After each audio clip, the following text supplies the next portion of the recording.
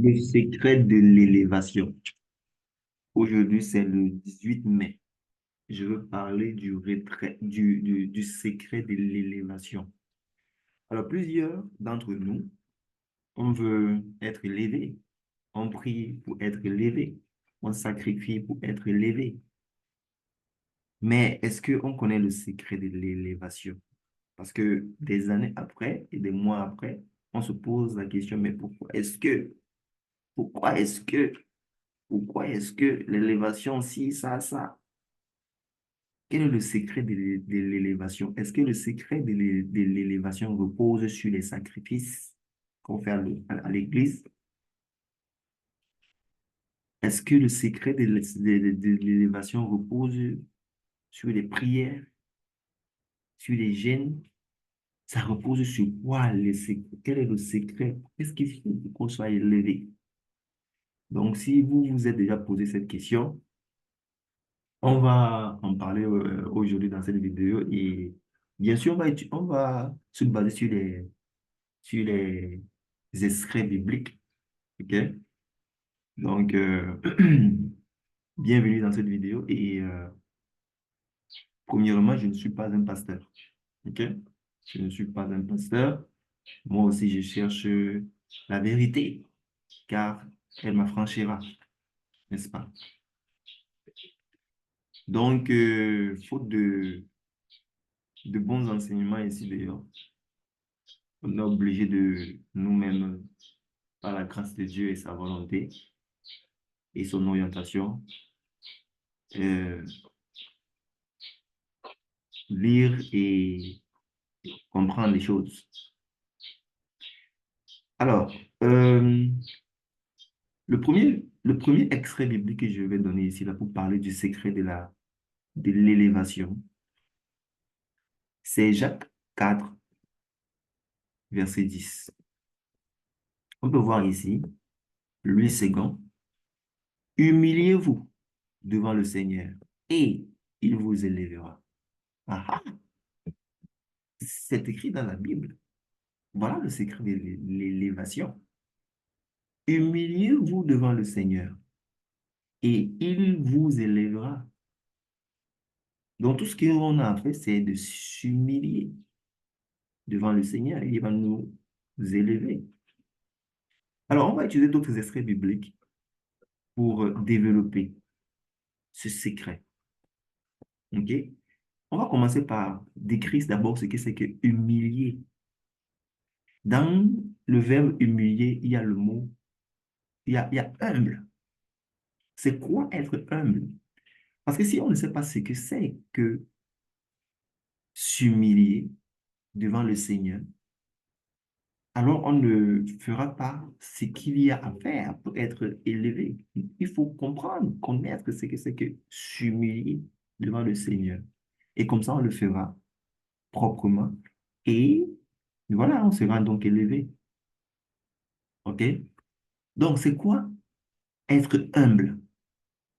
Une personne humble, c'est une personne qui s'humilie, n'est-ce pas? C'est quoi être humble? Alors, je suis venu ici sur Google, je recherche ce qui veut dire humble. Je pouvais bien mettre ici, là, c'est quoi être humble selon la Bible. OK? C'est quoi être humble? Ici, on peut voir une personne humble est une personne qui a conscience de ses limites. Ah, OK. De ses faiblesses. OK? Donc, une personne humble est une personne qui est consciente qu'il est faible. Une personne humble est une personne qui est consciente qu'il est limité. OK? Et, euh, et qui manifeste cela, ok, et qui le manifeste par une attitude volontairement modeste. Donc, il le manifeste. Alors, si on descend plus bas, on dit ici là que une personne humble est une personne qui s'abaisse volontairement. Bon, on va enlever le mot volontairement hein, parce que devant Dieu, on ne peut pas s'abaisser volontairement. On ne peut pas être limité volontairement devant Dieu. Devant Dieu, on est limité, point barre. Devant Dieu, on est un être limité, on est un être faible, on n'est rien du tout. Donc, on ne peut pas dire que bibliquement parlant, on ne peut pas mettre le volontaire là-dedans. Parce que devant Dieu, on ne peut pas dire qu'on va faire on va faire, on va jouer au faible. Non, on est devant un être suprême quand on est devant Dieu. OK? Et il est question de reconnaître qu'on est un être faible, qu'on est un être limité, qu'on n'est rien du tout face à Dieu. C'est ça, être humble bibliquement. Reconnaître sa grandeur et reconnaître notre faiblesse. Reconnaître sa magnificence, sa puissance, sa gloire, sa sainteté. Reconnaître notre faiblesse. Reconnaître qu'on n'est rien du tout. En un claquement de doigts, on disparaît. D'ailleurs, dans plusieurs parties de la Bible, on est comparé à de l'herbe qui pousse et qui vieillit et qui disparaît. Le Seigneur, lui, ne peut pas être comparé à cela. Le Seigneur, lui, il est éternel. OK? Et notre éternité, c'est de lui qu'on l'obtient. OK? Donc, comment savoir si on est humble? Quand on a la capacité à reconnaître nos erreurs, quand on a la capacité à reconnaître notre limite, ou bien nos limites, quand on a la capacité à reconnaître notre faiblesse, et on a la capacité à reconnaître et accepter la grandeur d'une autre personne, et à connaître et à reconnaître et à accepter avec joie la magnificence et la sainteté d'une autre personne par rapport à nous. C'est là qu'on est humble. Donc, il ne suffit pas seulement de savoir qu'on est faible, qu'on est limité, qu'on n'est rien du tout, mais aussi de savoir que l'autre personne en face de nous est plus forte, est éternelle, est plus glorieux que nous. Le savoir, le reconnaître et l'accepter avec joie. Il doit avoir aucun sentiment de, de, de, de, de jalousie dans le fait que l'autre personne est plus glorieuse et plus magnificente et plus forte que nous. On doit reconnaître que cette personne euh, est plus que nous. OK? Entre nous les hommes, si on reconnaît que notre personne, si on voit que notre personne est beaucoup plus que nous, bon, on peut travailler dur et prier pour que Dieu nous mette aussi au même niveau. OK? C'est, mais entre l'homme et Dieu, on doit, on peut, faut même pas penser à faire une prière pareille. Être égal à Dieu, être supérieur à Dieu, non, non, non. Selon sa volonté, il nous a inclus en Jésus-Christ et il nous a glorifiés en Jésus-Christ. Selon sa volonté, ce n'est pas parce que nous, on l'a prié pour qu'il le fasse. OK? Donc, on revient sur Jacques 4,10 qui nous dit, humiliez-vous devant le Seigneur et il vous élèvera. Et on vient de voir ce que c'est que être une personne humble. Être une personne humble est une personne humble est une personne qui reconnaît ses limites, qui reconnaît ses faiblesses, qui reconnaît que l'autre personne en face de lui, elle est forte, elle est grande, elle est sainte, elle est puissante, elle est glorieuse. Là, je parle sous le sens biblique. Je parle entre l'homme et Dieu. Je ne parle pas entre l'homme et l'homme. OK? Je suis en train de décrire le mot humble sur le sens biblique.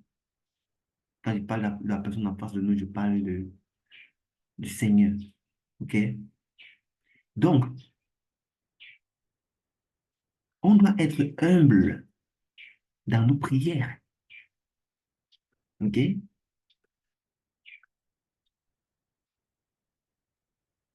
On doit être humble dans nos prières. On doit être humble hors de nos prières. Parce que l'erreur qu'on fait souvent, c'est que quand on prie, on est vraiment l'enfant que Dieu veut qu'on soit.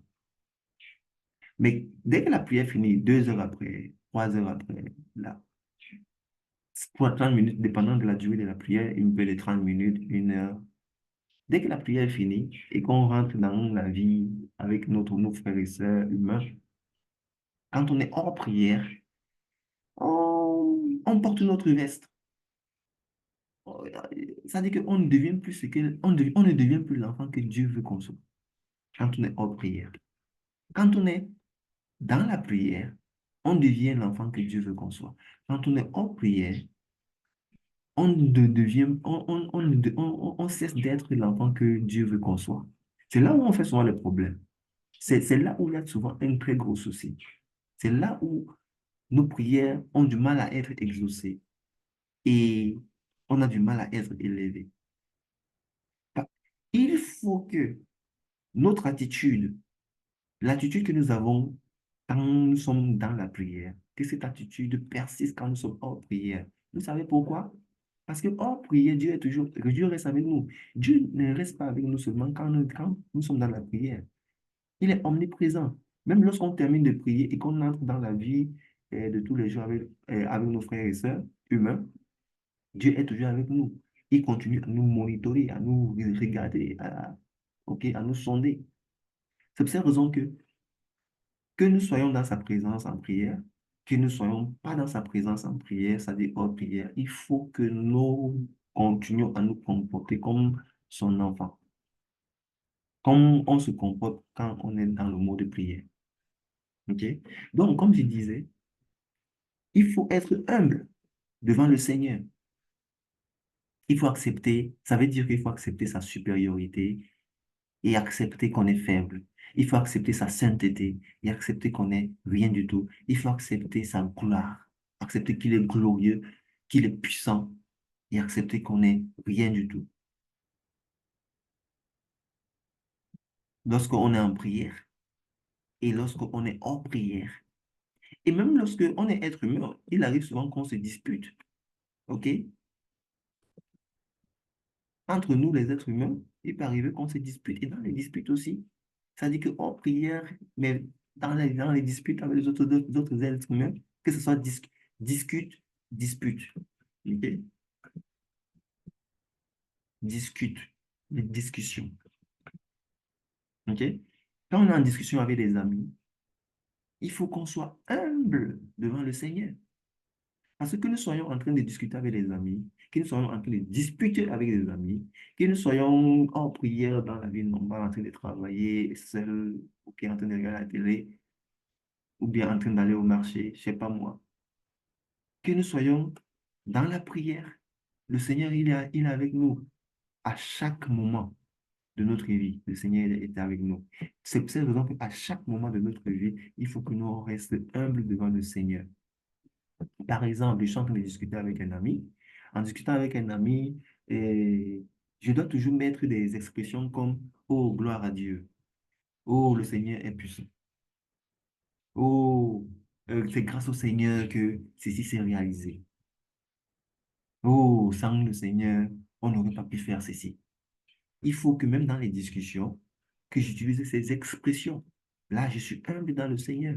Dans les disputes, par exemple, supposons qu'on est en train de discuter avec une personne avec qui on a des soucis, et la personne tape sa main sur la poitrine, pap, pap, pap, pap, je suis toi, tu es qui, je suis toi, tu es qui, moi, je vais appeler toi, tu es qui. Faut qu'on soit humble dans ces discussions, il faut qu'on fasse comprendre à la personne que, bon, écoutez, bon, vous avez vos relations, vous avez vos côtes, moi, moi, je dépends que du Seigneur, hein.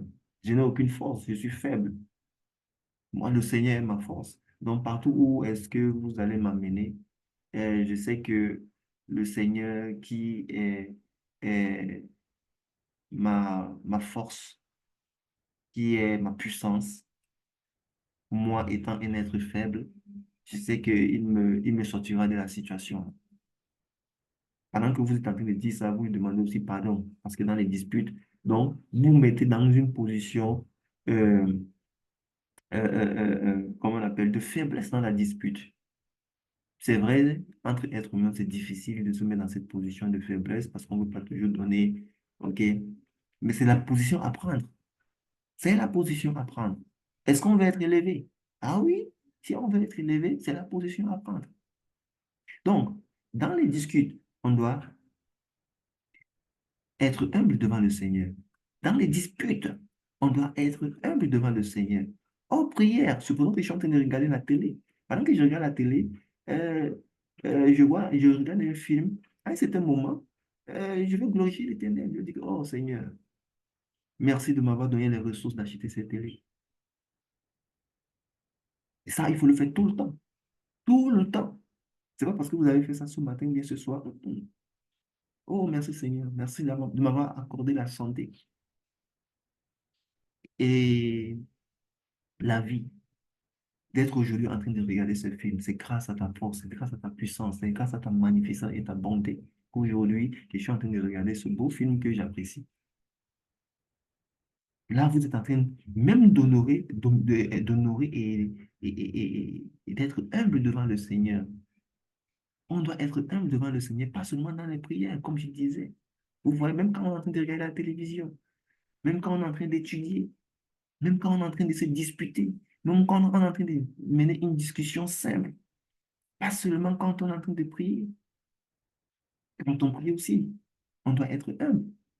Les expressions d'humilité, quand on est en train de prier, c'est les gens, oh Père, merci de m'avoir donné la grâce aujourd'hui et le privilège de te prier. Toi, l'être suprême, toi, l'être glorieux, merci de m'avoir donné, moi, un être faible, le privilège de te glorifier ce jour. Ça, c'est s'humilier auprès de l'Éternel, les gars. Hein? Ça, c'est s'humilier.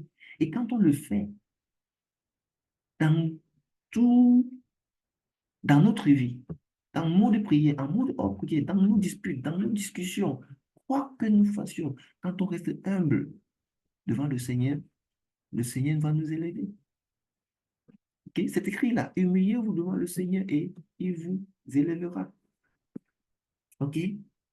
Donc, voilà le secret de l'élévation. Et je vais donner des exemples bibliques. On ne va pas s'arrêter là. Je vais donner des exemples bibliques parce qu'il y a des personnes dans la Bible qui ont été élevées après qu'ils aient été humbles. Je vais commencer par le roi David. Vous connaissez le roi David. OK? Le roi David, il était trop humble. OK? Je vais vous montrer un exemple ici, là. Le roi David est celui-là qui a écrit beaucoup de psaumes. OK? Donc, voyons voir certains, de, certains des psaumes du roi David. J'ai envie de prendre, comment on appelle? Voilà. C'est pareil, je pense ici et repousser ça plus haut. Voilà. Voilà le psaume 54 du roi David. Il faut voir le psaume 54 pour voir un peu l'humilité du roi David.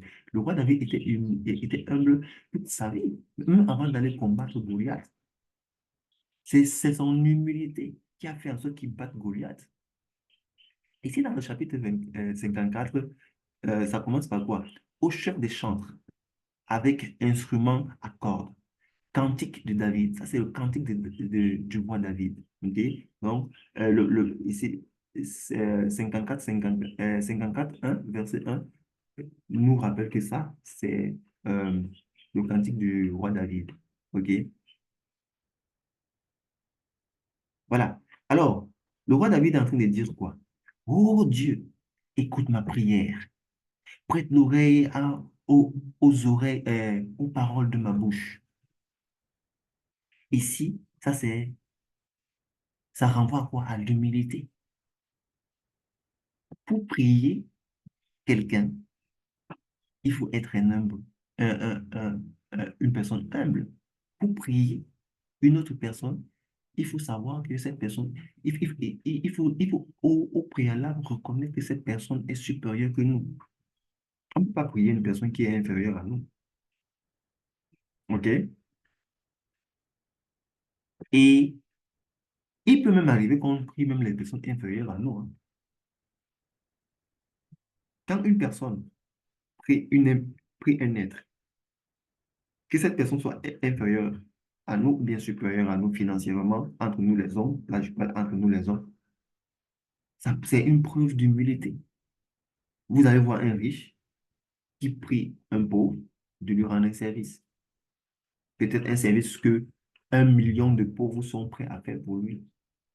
Mais il dit, euh, s'il vous plaît, monsieur, je vous prie de bien vouloir m'aider à pousser ma voiture, s'il vous plaît. Vous voyez, ça c'est une expression qui montre l'humilité de ce riche. Donc, ce que je veux dire, c'est quoi? Quand on prie, on entraîne, ça c'est être humble. Prier, c'est être humble. Donc ici, le roi David est en train de dire que, oh Dieu, écoute ma prière, prête l'oreille aux paroles de ma bouche. Garde des étrangers, car des étrangers se sont élevés contre moi. Des hommes violents en veulent à ma vie. Ici, écoutez, hein, le roi David, c'était un roi. Et Dieu avait mis à sa disposition toute une armée. OK? Mais le roi David n'était jamais allé en guerre sans avoir d'abord glorifié la magnificence et la puissance de Dieu, sans avoir fait appel d'abord à la puissance de Dieu. Le roi David ne comptait pas sur son armée quand il partait faire la guerre. Le roi David comptait sur Dieu quand il partait. Donc, malgré l'armée puissante que le roi David avait, avant d'aller en guerre, il appelait d'abord le Seigneur. Ça veut dire qu'il comptait sur le Seigneur en premier et non sur son armée en premier. Il ne tapait pas la main sur l'épaule. Pam, pam, pam. J'ai mon armée. Allez les gars, entraînez-vous jour et jour. Parce que dans 2 semaines, on va attaquer tel village. Non, il priait. Oh Dieu. Donc ici, le roi David était en danger. OK? Il dit ici là que des étrangers se sont levés contre moi. Des hommes violents en veulent à ma vie. Donc, donc le roi David ici, hein? Oh, il a reconnu ici là que lui-même, il ne peut pas. Hein? Lui-même, avec toute l'armée qu'il a, les armes qu'il dispose, les ressources qu'il dispose. Le psaume 54 nous montre ici là que lui-même, il reconnaît qu'il est faible. C'est pour cette raison qu'il appelle à Dieu. Il dit, écoute ma prière, Dieu. Il y a les gens qui veulent ma mort. Hein? Il y a des étrangers qui se sont levés contre moi. Ces gars-là, ils veulent ma mort. Pardon, Seigneur, écoute ma prière. C'est-à-dire, voici quelqu'un qui a toute une armée.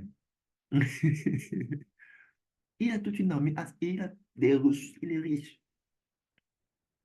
Mais il ne regarde pas l'armée là, ni les ressources là. Il va chez Dieu, il dit que, oh, pardon, mon père, pardon, je suis faible. Pardon, viens m'aider ici. Là, il y a les gens qui veulent finir avec moi. Dieu est mon secours. Tu vois? Il ne dit pas que son armée va le. Il dit, Dieu est mon secours. Le Seigneur est le soutien de mon âme. Donc, quand quelqu'un dit Dieu est mon secours, quand quelqu'un dit le Seigneur est le soutien de mon âme, quand quelqu'un dit pardon, Dieu, viens m'aider parce que là, c'est grave. Il y a des gens qui veulent finir avec moi. OK? Quand quelqu'un dit ça, c'est parce que la personne reconnaît que le Seigneur a la force nécessaire, a la puissance nécessaire, a l'armée nécessaire pour le délivrer, pour le sortir de la situation dans laquelle il s'est mis ou bien il est. C'est que cette personne reconnaît qu'elle est faible, qu'elle est limitée, mais qu'il y a quelqu'un qui n'est pas faible. Il y a quelqu'un qui est puissant. Il y a quelqu'un qui est saint, glorieux, un claquement de doigts qui peut le sortir de cette situation que lui, le faible, ne peut pas. Ça, c'est l'humilité. Ça, c'est l'humilité. On a dit que quoi? Être humble, c'est quoi? C'est reconnaître ses limites. OK? Reconnaître ses limites. reconnaître sa faiblesse. C'est ça, être humble. Et là, le roi David, dans le psaume 54, reconnaît qu'il est faible. C'est pour cette raison qu'il fait appel à Dieu pour que Dieu vienne le secourir. Il reconnaît qu'il est faible. C'est pour cette raison qu'il dit, Dieu est mon secours. Viens me secourir, pardon. Il y a les gens qui veulent ma mort, pardon Dieu. Je reconnais que je suis faible, pardon. Ça, c'est l'humilité. Et c'est la raison pour laquelle Dieu a élevé le roi David. OK? Humiliez-vous devant le Seigneur et il vous élèvera. Le roi David s'humiliait chaque fois. Raison pour laquelle il partait de gloire en gloire. Il était élevé de gloire en gloire, de gloire en gloire. À un certain moment, même, il voulait construire un temple pour le Seigneur, pour le glorifier. Mais le Seigneur lui a dit que mon gars, tu as les mains sales. Tu ne peux pas te permettre de construire mon... Hein? Je reconnais que, bon, euh, ce que tu veux faire, c'est bon, ok? Tu me glorifies là, mais tu as les mains sales, tu as les mains tachées de sang. Le Seigneur a refusé et le Seigneur a plutôt dit celui qui construira ce temple-là à la place du roi David. Parce que le roi David, lui, euh, vous savez, moi, quand je regarde le roi David, je le vois toujours comme une personne. C'était un meurtrier. C'était l'assassin du Seigneur. Le roi David était l'assassin. Vous savez, il y a les riches là, quand les hommes puissants là, quand ils veulent tuer quelqu'un, ils ne peuvent pas se salir les mains eux-mêmes. Ils peuvent payer un meurtrier, un assassin là, ils paient un bon paquet d'argent et puis le meurtrier va tuer. euh. Le roi David était un assassin. Il avait les mains pleines de sang. C'est quoi assassiner? Hmm?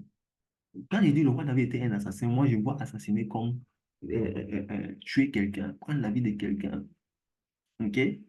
Le mains de David, du roi David, était taché de sang. Raison pour laquelle le Seigneur a dit que non, mon frère, mon fils, pardon, ne construis pas le temple là pour moi. Laisse l'autre qui va construire le temple pour toi. Et le roi David, c'était un adultérin. Hein? Ce n'est pas le roi David, dans son histoire, il avait envoyé un de ses soldats au front parce qu'il voulait coucher avec la femme de son soldat là. Mais jusque-là, le Seigneur continuait à l'élever, à l'élever, à l'élever, à l'élever. Parce que malgré cet acte adultérin, ok, il y avait quelque chose qu'il faisait. Il était humble devant le Seigneur. Donc, les gars, tout n'est pas de faire des sacrifices, de jeûner, de, euh, de se prier, de ne pas commettre la fornication. Il y a des choses que, même si on fait tout ça et qu'on ne fait pas ces choses, l'élévation ne viendra pas. Si on prie, on fait des sacrifices et tout, et euh, notre vie hors prière, notre vie hors prière, elle est comment? Est-ce qu'on reste humble? Hmm? Est-ce qu'on reste humble devant le Seigneur hors de nos prières? Est-ce qu'on aime les autres? J'ai fait une vidéo là euh, où je parle de pourquoi est-ce que nos prières ne sont pas exaucées. OK? Est-ce qu'on aime les autres? Et là-bas, on a appris que pour être exaucé, il faut aimer les autres. C'est écrit. C'est écrit quelque part dans la Bible. Il faut regarder la vidéo que je vais mettre en commentaire, là. OK. Donc, il y a des choses qu'il faut faire pour être élevé. Il y a des choses qu'il faut faire pour que nos prières soient exaucées. Pour être élevé, il faut être humble. Donc, là, je viens de prendre l'exemple du roi David pour montrer l'humilité. OK? Et le roi David, il a été élevé à cause de son humilité. Il y a plusieurs psaumes. Vous pouvez regarder plusieurs autres psaumes du roi David. Il priait toujours l'Éternel. Oh Seigneur, viens. Oh Seigneur, viens. Il y a les gens qui veulent finir avec moi. Oh Seigneur, je suis en danger. Oh. Je glorifierai ton nom éternellement. Je chanterai ton nom éternellement. Car tu es Dieu. Oh, tu es suprême. Le roi David, sans toi, je ne suis rien. Hein? Le roi David, il se, verbalement, il reconnaissait toujours qu'il n'est rien et que le Seigneur est suprême et que sans le Seigneur, il n'est rien. Avec le Seigneur, il est tout, mais sans le Seigneur, il n'est rien. C'est ça, être humble bibliquement. Bibliquement, c'est être ça, être humble. Et chaque année, il était élevé parce qu'il était humble comme ça. Maintenant, je vais donner un autre exemple d'humilité. L'autre exemple d'humilité, je n'ai même pas un verset biblique pour ça, hein. C'est le Seigneur Jésus-Christ. Parce que nous tous, on connaît le Seigneur Jésus-Christ. Ça ne sert à rien de chercher un verset biblique pour montrer son humilité. OK? Le Seigneur Jésus-Christ, il était Dieu, est Dieu et sera toujours Dieu. Il était au commencement de toutes choses avec Dieu. Il était déjà avec Dieu au commencement de toutes choses, le Seigneur Jésus-Christ. Je ferai une autre vidéo pour prouver, pour montrer l'extrait biblique qui parle de ça. Au commencement de toutes choses, le Seigneur Jésus-Christ était déjà avec Dieu, quand il n'y avait absolument rien. Il n'y avait absolument rien. Dieu était déjà avec le Seigneur Jésus-Christ. Je vais enregistrer une vidéo. Si vous voulez que j'enregistre cette vidéo, laissez-moi un commentaire et je le ferai. OK? Donc, le Seigneur Jésus-Christ est Dieu, était Dieu et il sera toujours Dieu. Voilà. Il laisse, quand il laisse sa gloire, il laisse sa richesse, mais disons ça comme ça, il laisse tout ce qui fait de lui Dieu, il laisse tout ça pour être un homme, fait de chair et de sang. Ça, c'est un signe d'humilité. OK? Quand un milliardaire, entre nous les hommes, quand un milliardaire laisse sa grosse maison et va dans un sous-quartier, peut-être loue peut-être une chambre en caraboute, peut-être de 15 colos, il partage les toilettes avec tout le monde. Ça, c'est l'humilité. Quand un milliardaire quitte, il va dans le marché central, dans un marché quelconque, et puis il commence à aider les femmes à porter leurs marchandises sans rien, sans rien en retour. Ça, c'est un signe d'humilité. Le Seigneur Jésus-Christ a laissé sa posture de Dieu avec toute la gloire qui était sur lui pour être un homme, fait de chair et de sang. Ça, c'est l'humilité.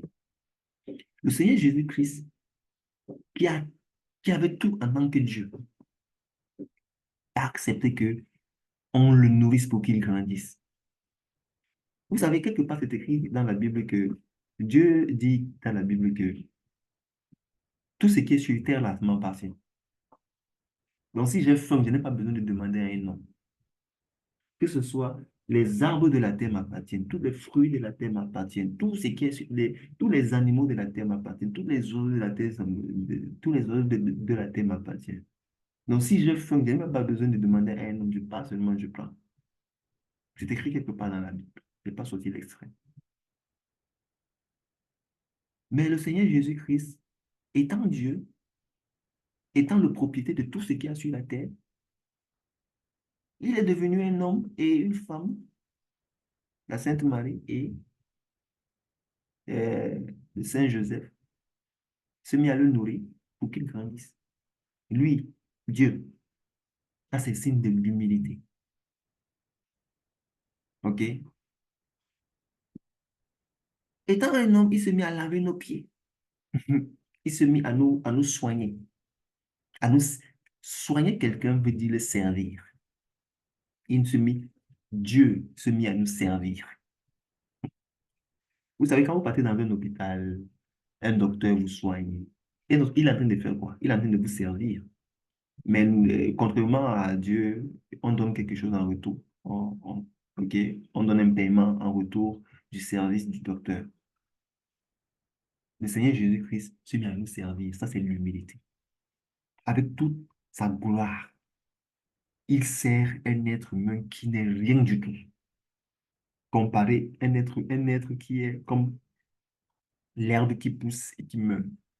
Lui qui est éternel, il descend pour nous servir. Ça, c'est l'humilité. Il descend pour laver nos pieds. Ça, c'est l'humilité. Il descend pour porter notre panier à problème sur sa tête. Ça, c'est l'humilité. Donc, ça ne sert à rien de sortir les versets bibliques, les extraits bibliques pour montrer l'humilité du Seigneur Jésus-Christ. Le Seigneur Jésus-Christ, étant Dieu, a mis ses genoux au sol pour prier le Père. Il nous a même enseigné comment prier le Seigneur Jésus-Christ. La prière de notre Père qui est aux cieux, que ton nom soit sanctifié, qui a donné cette prière aux hommes? C'est le Seigneur Jésus-Christ. Cette prière englobe un peu absolument tout ce qu'on doit dire quand on prie. Ça englobe tout ce qu'on doit dire quand on prie. Ça glorifie l'Éternel, ça nous, comment on appelle, euh, ça fait en sorte qu'on proclame qu'on est inférieur, le Seigneur est supérieur, ça fait en sorte qu'on dise que ça glorifie l'Éternel en fait, et ça nous met à notre place, qui est une place d'être faible, mais qui a besoin de la présence du Seigneur pour être euh, vivant. Notre Père qui est aux cieux, que ton nom soit sanctifié, que ton règne vienne, que ta volonté soit faite sur la terre comme au ciel. Donne-nous aujourd'hui notre pain de ce jour. Hein. Le Seigneur nous nourrit. On est faible, il nous nourrit. Donne-nous aujourd'hui notre pain de ce jour. Pardonne-nous nos offenses comme nous pardonnons à ceux qui nous ont offensés. Ne nous soumets pas. C'est grâce à sa force, à sa puissance qu'on échappe aux tentations. Ok? Donc, le Seigneur Jésus-Christ a mis ses pieds au sol pour prier l'Éternel.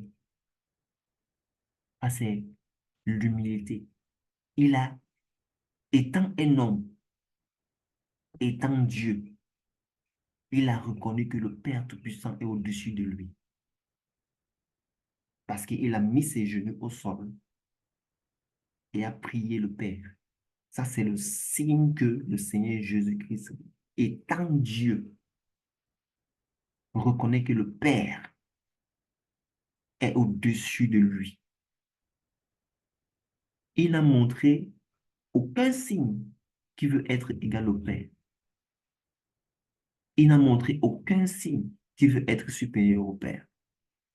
Tout ce qu'il a montré, c'est que le Père est au-dessus de lui. OK? Et ça, c'est l'humilité. Chaque fois qu'un être humain reconnaît et montre que le Père est au-dessus de lui, il est en train d'être humble. Et on doit reconnaître et montrer que le Père est au-dessus de nous. Pas seulement quand on est en mode prière, mais aussi quand on est en mode hors prière, ou aussi quand on est en train de disputer, ou aussi quand on est en train de discuter. Chaque chose que l'on fait dans notre, chaque jour, on doit montrer que le Père est au-dessus de nous et que sans lui, on est rien. C'est ça, être humble. Et quand on le fait, l'élévation suit automatiquement. Dieu, il est pressé à nous élever. Il est pressé à nous bénir. Il est pressé à nous exaucer. C'est nous qui nous bloquons nous-mêmes parce que nous ignorons les vérités-ci. C'est pour cette raison qu'il faut chercher la vérité, car la vérité nous affranchira. Donc, secret de l'élévation. Quel est le secret de l'élévation? C'est de ça qu'on parle dans cette vidéo. Donc, le Seigneur Jésus-Christ, nous l'avons utilisé comme deuxième exemple pour parler de l'élévation. Et comme je disais, il a été humble et il a été élevé. Le Seigneur Jésus-Christ a été élevé, oui ou non? Pour qu'on clôture cet exemple du Seigneur Jésus-Christ, il a été élevé, oui ou non? Il a été élevé au-dessus de tout être humain. Parce que le Seigneur Jésus-Christ s'est humilié, alors le Père Tout-Puissant l'a élevé au-dessus de tout être, au point où, quand on mentionne seulement le nom du Seigneur Jésus-Christ, il n'a même pas besoin d'être là. Quand on mentionne seulement son nom, les choses bougent. C'est-à-dire que même si un être humain ne croit pas le nom de Dieu, ne croit pas au Seigneur Jésus-Christ, il suffit juste qu'il mentionne le nom du Seigneur Jésus-Christ dans certaines circonstances et il est sauvé. La croyance va venir après. La croyance va venir après. Mais même si que tu ne crois pas au Seigneur Jésus-Christ et que tu es dans certaines circonstances, il suffit juste de mentionner le nom du Seigneur Jésus-Christ pour que les choses changent. La croyance va venir après ça. Pourquoi est-ce que ce nom est tellement puissant? Ce nom, il est tellement puissant parce que le Seigneur Jésus-Christ a été élevé. Et pourquoi est-ce que le Seigneur Jésus-Christ a été élevé? Parce que tout le temps, on va dire, oh, oui, le Seigneur Jésus-Christ a été élevé. Pourquoi est-ce qu'il a été élevé? Parce qu'il était humble. Il a reconnu, lui étant Dieu, il a reconnu que le Père Tout-Puissant est supérieur à lui. Il n'a pas cherché à être égal au Père. Il n'a pas cherché à être supérieur au Père. Le Père lui a pris. Il a dit que bon, dans ce cas, comme tu es humilié devant moi, assieds-toi à côté de moi. Et nous, par la bonté du Père, qui accepte qu'on soit dans Jésus-Christ, nous sommes aussi assis aux côtés du Père. Le Père nous a élevés avec Jésus-Christ. OK? Mais maintenant, pour une élévation terrestre, ça dit les promotions, stabilité financière, mariage, fertilité et tout, il faut qu'on soit humble. Ok. Il faut qu'on montre cette... Donc oui, le roi David était humble, il a été élevé. Le Seigneur Jésus-Christ était humble et il est toujours et il a été élevé. Maintenant, le troisième exemple. Le troisième exemple, c'est Lucifer. Nous allons utiliser l'exemple de Lucifer pour montrer que quand on n'est pas humble, l'élévation ne vient pas. OK? Lucifer. Vous savez qui est Lucifer? Lucifer était un des anges les plus glorieux dans le royaume céleste. Dans le royaume céleste, il y avait, il y a Michel, l'archange Michel. Lui, il avait été conçu, il avait été créé pour les guerres. C'est lui le général. C'est que dans chaque armée, il y a un général, ok, qui coordonne, qui orchestre les combats, coordonne les, ok. Donc, Michel, l'archange Michel, il est le général, combattant de l'armée de Dieu. Voilà. Et il y a cet ange ici, l'ange Gabriel. C'est le deuxième ange là, qui lui, c'est le messager. OK? C'est le messager. C'est lui qui était allé vers la Sainte Marie pour l'annoncer que, bon, elle va enfanter. Et l'enfant qu'elle va enfanter, il est spécial. OK? Gabriel. Donc, en plus de ces deux anges, il y avait cet ange-ci, Lucifer, qu'on appelle aujourd'hui Satan, le diable. Lucifer, c'était un ange. Et il était même plus beau que les autres. C'était l'ange le plus beau de tous les anges. Mais sa beauté lui a trompé. C'est sa beauté qui lui a trompé. Vous voyez comment c'est écrit ici, là? Dans ici, je suis dans... ici, c'est écrit ici, là, que ton cœur s'est élevé à cause de ta beauté. La beauté que le diable avait était... C'est-à-dire que Dieu a créé Lucifer avec une beauté pas possible. Et tellement il était beau et que sa beauté lui a dégoûté. OK? Tu as corrompu ta sagesse par ton éclat. Il était tellement beau, tellement éclat. Il brillait tellement. Toutes les pierres précieuses étaient sur lui. OK? C'est un peu comme la femme, non? Les belles femmes, là, quand elles sont tellement belles, tellement belles, tellement belles, cette beauté fait en sorte que, bon, ça la déroute souvent, ça les déroute souvent un peu.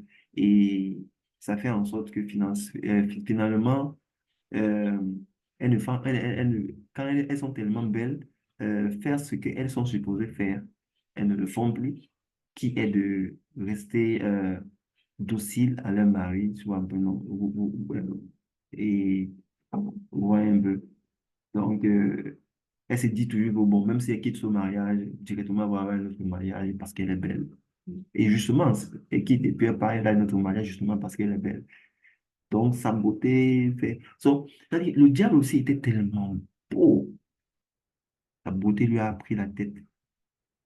Et c'est à cause de cette beauté que il n'a pas été humble. OK? Soyez patient, je vais vous montrer euh, comment est-ce que le diable n'a pas été humble. Mais avant, si on va pour voir le physique du diable, c'est dans Ézéchiel 28. OK? Ici, voilà, ici, nous sommes sur Ézéchiel 28, n'est-ce pas? Voilà, Ézéchiel 28. OK? Vous voyez ici, là, on dit que le diable, à partir d'ici, à partir du Ézéchiel 28, à partir du verset 12, ça parle du physique du diable. OK? Tu mettais le sceau à la perfection. Tu mettais le sceau à la perfection. Tu étais plein de sagesse, parfait en beauté. Très beau. Tu étais couvert de toute espèce de pierres précieuses. Ici, là, on liste surtout des pierres précieuses, parmi lesquelles il y a aussi le diamant. OK? Voici toutes les pierres précieuses qui étaient sur le diable. Donc, le diable, il y avait même l'or sur lui. Le diable brillait. C'est pour cette raison qu'on dit ici en bas que son éclat, sa beauté, l'a dérouté. OK? Vous voyez comment c'est écrit ici, là, au verset 17 que tu as corrompu ta sagesse par ton éclat. OK? Ton cœur s'est élevé à cause de ta beauté. Il avait toutes les pierres précieuses sur lui. Le diable était sur, Dieu l'avait positionné sur une montagne sainte. Vous voyez ici, là, tu étais le chérubin protecteur. Aux ailes déployées, il avait les ailes. Je t'avais placé et tu étais sur la sainte montagne de Dieu.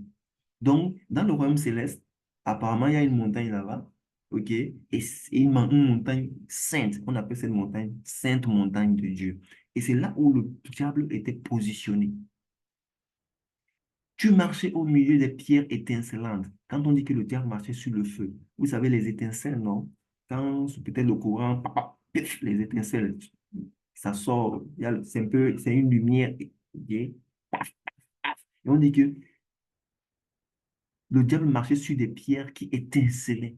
Tu marchais au milieu des pierres étincelantes. C'est-à-dire que quand il marchait, on voyait trop de lumière autour de lui. D'abord, les pierres précieuses qui étaient au-dessus de lui, le diamant, l'or, etc. Ici, il y a sardoine, c'était une pierre précieuse. Topaz, c'est une pierre précieuse. Nonyx, c'est une pierre précieuse. Vous pouvez googler ça au chapitre 13. Ézéchiel 28, chapitre 13, vous pouvez voir tous les pierres qui étaient sur le diable. Nous, on connaît généralement le diamant et l'or. Le reste, là, c'est un peu, peut-être ceux qui font dans les mines connaissent ces pierres-là. OK? Donc, toutes les pierres étaient sur lui. Et lui-même, il marchait. Non seulement il avait les pierres précieuses sur lui, et en plus, il marchait sur des pierres qui étincelaient. Ça veut dire que tout autour de lui, c'était glorieux, lumière. Ça étincelait, il y avait un éclat très fort. Donc, le diable, il était sur une montagne. C'est-à-dire que tout le monde le voyait. N'est-ce pas? Il n'était pas en dessous de la montagne, mais il était sur la montagne sainte en plus de Dieu, avec tout cet éclat.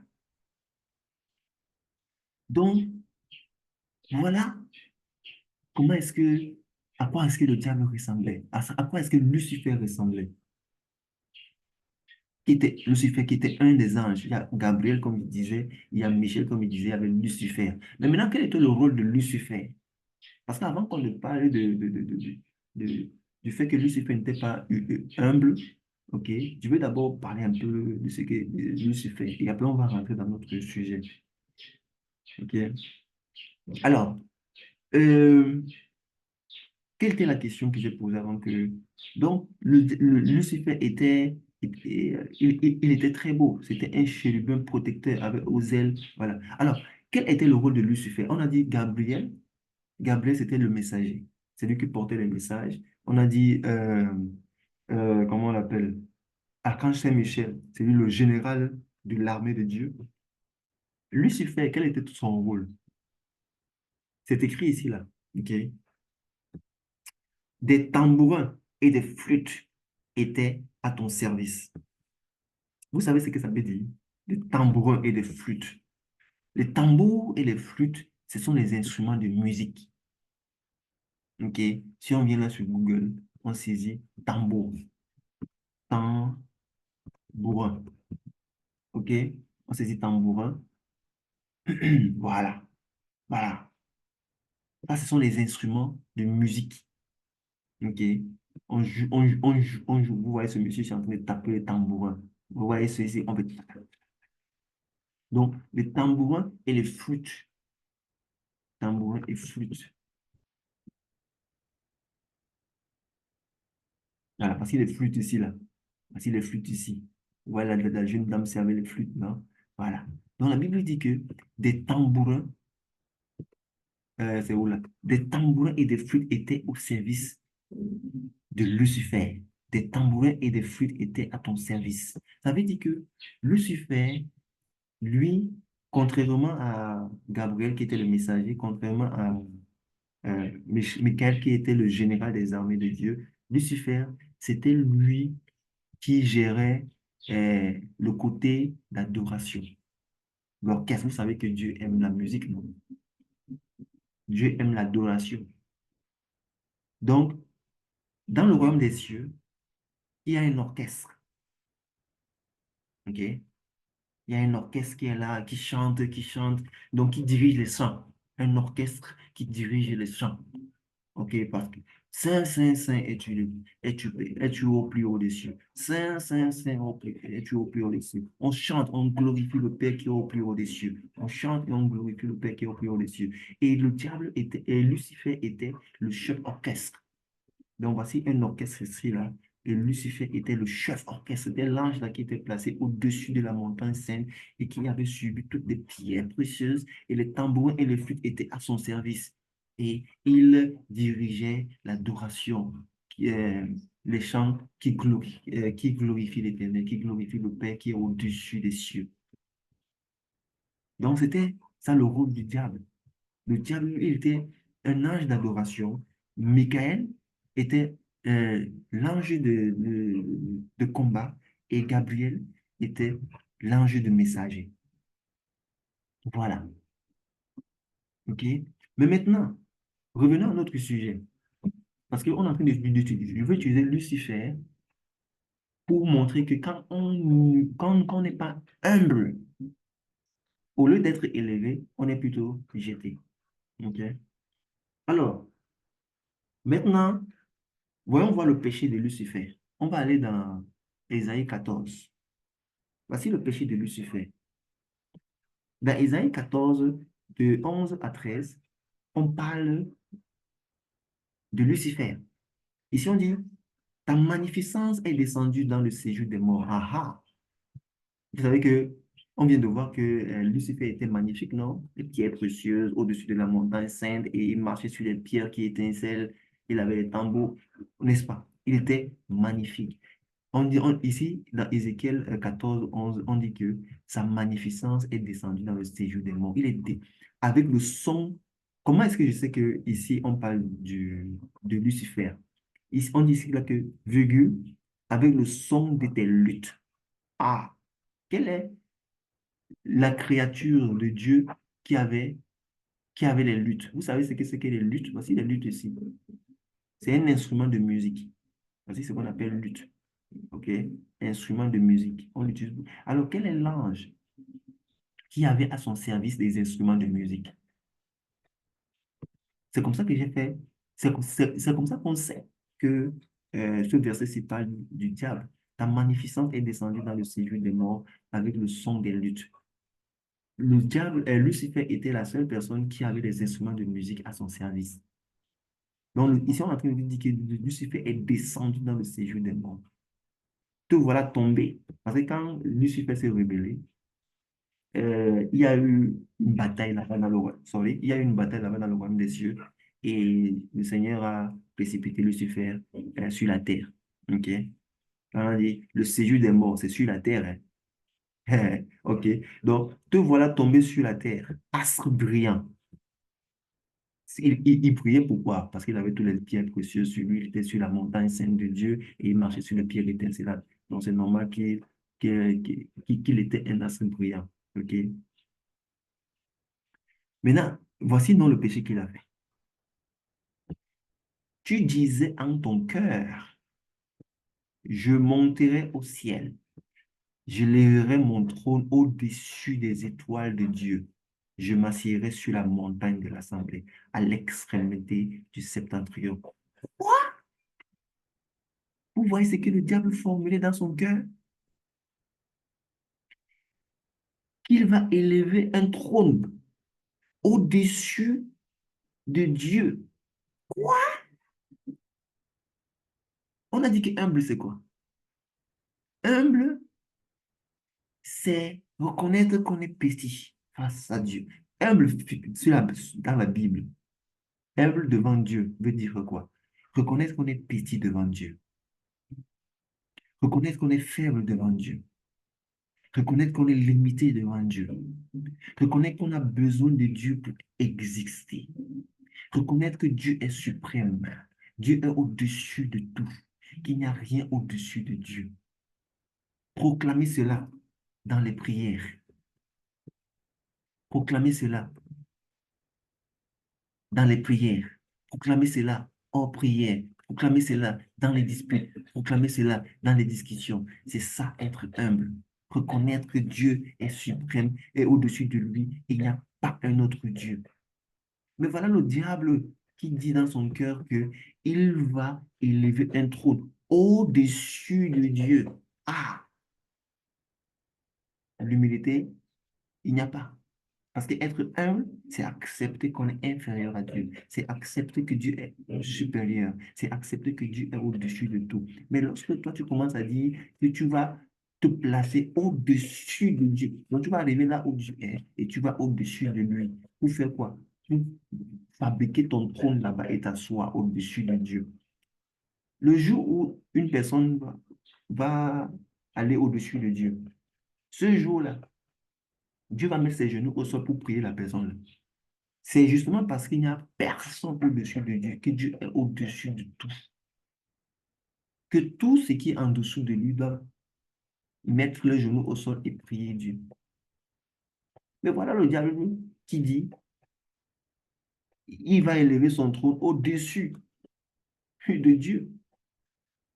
Je m'assierai sur la montagne de l'assemblée à l'extrémité. Quand on parle d'extrémité, c'est le bout des bouts, le bout des bouts. Donc au-dessus, ici là, au-dessus de Dieu.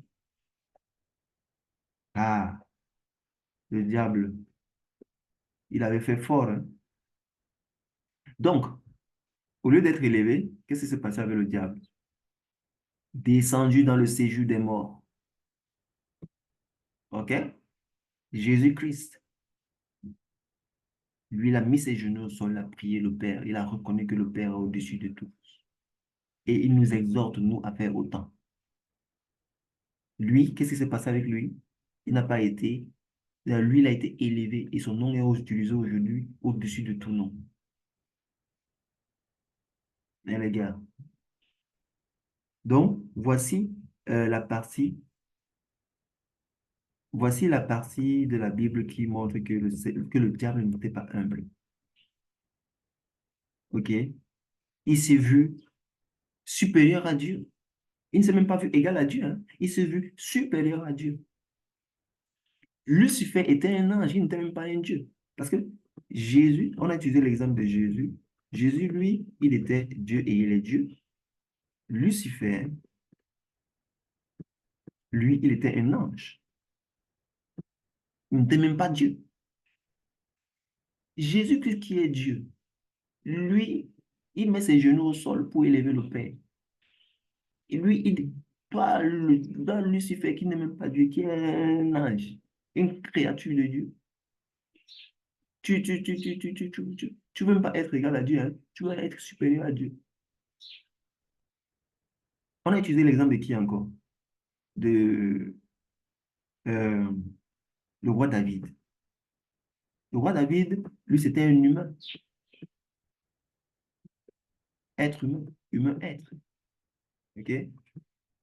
Donc, voilà les trois exemples qu'on a utilisés pour parler de, de ce que c'est que l'humilité. De comment se faire pour être élevé. Tu veux l'élévation. Tu veux l'élévation. Tu veux le secret de l'élévation. Oh, tu pries pour l'élévation, tu sacrifies pour l'élévation, tu jeûnes pour l'élévation. Mais est-ce que tu fais ce qu'il faut faire? Quand tu es en mode prière, oui, certainement. Quand tu es en mode hors prière, non, certainement. Ou bien rarement. Quand tu es en mode dispute, non, certainement. Quand tu es en mode discussion, est-ce que tu fais? Parce qu'il ne faut pas seulement le faire en mode prière. Il faut s'humilier devant le Seigneur tout le temps. Le Seigneur Jésus-Christ le faisait tout le temps. Dans ses discussions, quand il prêchait, il élevait le Père. Quand il priait, il élevait le Père. Quand il était en danger, c'est-à-dire que dispute, il élevait le Père. Dans toutes les circonstances dans lesquelles Jésus-Christ s'est trouvé, il a élevé le Père. Quand il était tenté, il a élevé le Père. Quand le diable allait le tenter, là, qu'est-ce que Jésus-Christ lui a dit? Hein? OK? Il a élevé le Père. Donc, il n'y a pas... Nous, les humains, nous, les êtres humains, on a tendance à être, à se comporter exactement comme enfants de Dieu quand on est en prière, quand on est dans les églises. Mais quand on sort de là, c'est là notre problème. Il faut qu'on reste dans ce mode, quand on est en mode prière, hors prière, dispute, discussion. C'était le cas pour Jésus-Christ. En mot de prière, en mot de prière, Jésus-Christ a été humble. Hors prière, Jésus-Christ a été humble. Dans les disputes, ça dit que quand il y avait les disputes, discussions, oh, tu blasphèmes, tu fais ceci, tu fais cela, il était resté humble. Et quand il prêchait discussion avec eux, allez, il était toujours humble. Dites-moi, quel est le moment où Jésus-Christ n'a pas... Jésus-Christ était humble à tout moment. Et par conséquent, le Seigneur l'a élevé. David, l'être humain, avant Jésus-Christ, il avait compris. Et il ne regardait pas l'armée que Dieu lui a donnée. Il ne regardait pas, avant même d'avoir l'armée, là, quand il partait combattre Goliath, qu'est-ce qu'il a dit au roi? Il a élevé le Père. Il a élevé le Père. Et quand tu élèves le Père t'élève. Quand tu t'humilies devant le Père t'élève. Voilà comment est-ce que David, qui n'était pas roi, est devenu roi. Parce que il a été humble devant le Seigneur et le Seigneur l'a élevé. Et quand il est devenu roi, il n'a pas cessé d'être humble. Il a continué à être humble, même étant roi. Et le Seigneur a continué à l'élever encore et encore et encore et encore et encore. Donc, le Seigneur Jésus-Christ a été humble, il a été élevé. Le roi David, il a été humble, il a été élevé. Lucifer, lui, il voulait se placer. Lui n'a pas été humble, il est tombé. OK? Lui ne voulait même pas être égal à Dieu. Il voulait être supérieur à Dieu. Il voulait que, parce que quand tu mets ton trône au-dessus de Dieu, ça veut dire que bon, maintenant, il faut que Dieu mette ses genoux au sol pour te prier. Ah, Lucifer, tu avais fait fort à cause de ta beauté. Parce que tu étais beau. Parce que tu étais éclatant. Tu as cru que tu pouvais être supérieur à Dieu. Ah. Donc, les frères, voilà le secret de l'élévation. On vient de terminer le secret de l'élévation. OK? On vient de terminer le secret de l'élévation. Donc, le roi David l'avait compris et il fut élevé. Le Seigneur Jésus-Christ l'avait compris et il fut élevé au point où aujourd'hui on utilise son nom pour sortir des circonstances, même quand on ne croit pas en lui. Lucifer, qui était un très bel ange, une très belle créature, chef de l'orchestre musical dans le royaume céleste, ne l'avait pas compris. Et il fut renversé au plus bas au lieu d'être élevé. Toi, l'être humain, moi, l'être humain, qui cherchons l'élévation de Dieu tout le temps. Est-ce qu'on l'a compris? David l'avait compris, Jésus l'avait compris, Lucifer n'avait pas compris. Est-ce que toi et moi, on l'a compris? À bon attendeur, salut. On veut l'élévation? Voilà le secret. C'était tout pour cette vidéo. Et aujourd'hui, c'était le 18 mai. Je vous souhaite d'excellents moments et que le Seigneur soit avec vous et avec moi aussi et que sa sainte volonté soit faite. Au nom puissant du Seigneur Jésus-Christ. Amen.